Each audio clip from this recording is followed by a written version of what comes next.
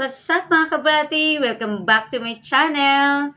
And for today's video, we are talking about TikTok affiliates marketing. Usually para kumita tayo at ma-monetize natin ang ating TikTok account, kailangan po ay meron tayong 10,000 followers at merong 100,000 views within 30 days.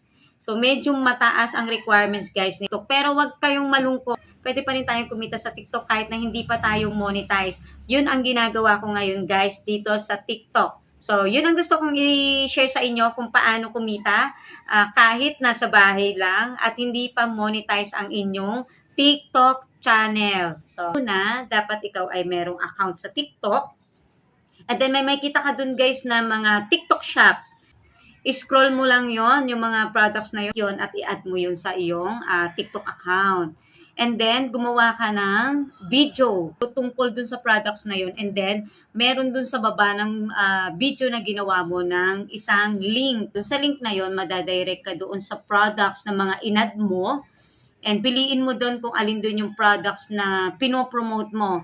Para naman dun guys sa mga bumibili doon sa TikTok, pag kayo ay pumindot dun sa mga yellow bag ng mga content creator na iyon, wag po kayo mag-alala at hindi po nadadagdagan ang presyo ng mga bino-order nyo. Kung alin po, kung kahit mag-direct po kayo sa TikTok shop or dun man po sa affiliates marketing, kasi kung magkano po talaga yung presyo na sa TikTok shop, yun din po yung presyo ng mga items na makikita nyo doon sa mga yellow bag ng mga TikTok creator. Hindi po kayo napapamahal doon. Ang nangyari doon, kung doon po kayo pumipindot, mas maganda lang po doon, ay nakakatulong po kayo doon sa mga creator na kumita kasi kikita po sila doon sa affiliates marketing. Nagkakaroon po sila ng commission sa kada order na pumipindot doon sa kanilang yellow bag.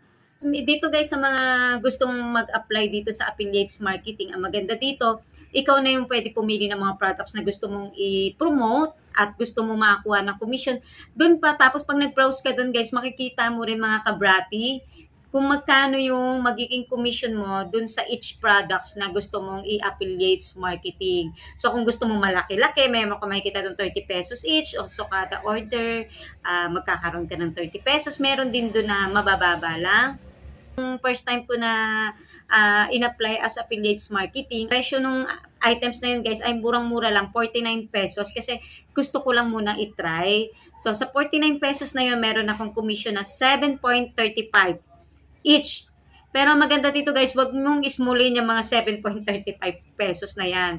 Kasi kung ang video mo ay tuloy-tuloy lang na napapanood ng mga tao, tuloy-tuloy lang din ang commission na makikita nyo dyan. So kagaya niyan, minsan biglang merong order may biglang mag-order dyan sa akin na sa isang araw, 4 na tao, 5 tao. So, tapos, so sabihin, tuloy-tuloy lang yung kita mo as long as may nanonood ng video mo at may umu-order gamit ang iyong link sa iyong video. So, imaginein mo, kung mga ganun yung mga, kahit ganun yung mga presyo ng commission mo, pero kung let's say, naging marami ka ng products na ina-affiliates doon. Let's say, meron ka ng products na mga 10 na nagawan mo ng promotion doon sa iyong TikTok account. So, magkano na yun, di ba? Account. At ito guys, legit, papasok talaga sa iyong account ano man yung ni-register mo doon. Kasi once na nag-clear na yung mga order ng mga tao, let's say nakakuha ka na ng commission, kumita ka na dyan, may mga umorder na, bibigyan ka nila ng reports doon kung ilan na yung umorder doon sa video mo, and then magkano na ba yung kinikita mo, pati yung status ng pag-deliver doon sa mga umorder gamit ang iyong link ay makikita mo rin. For delivery na, transit na, or kung na-deliver na, huwag kayong mag-panic guys, hindi nyo agad ma-withdraw yung amount na commission nyo kasi merong process si TikTok na let's say, nag-order na yung tao, syempre may process pa sila ng pag-deliver hanggang sa ma-deliver na nila yung item. Pag na-deliver na guys yung item, meron pa silang another 7 days kasi para yun dun sa mga umorder na nagkamali ang order, na mali ng kulay, na mali ng size, gusto nilang papalitan. So, meron silang another 7 days para i-check yung items nila kung okay or tama na ba yung na-deliver sa kanila. Then, after that, kung clear na yung products na yun at okay na doon sa naka-receive ng item, wala ng problema, saka yan papasok sa inyong account. Ngayon, mano-notify din kayo ni TikTok guys kung pwede na kayo mag-withdraw. So, kung pwede na kayo mag-withdraw, mag-register lang kayo doon ng inyong GCash account or bank account. Ayun yung mga option nila. So, yun guys, sana nakatulong itong video ko kahit paano para do sa mga tao na gustong kumita sa TikTok kahit sila ay hindi pa monetize.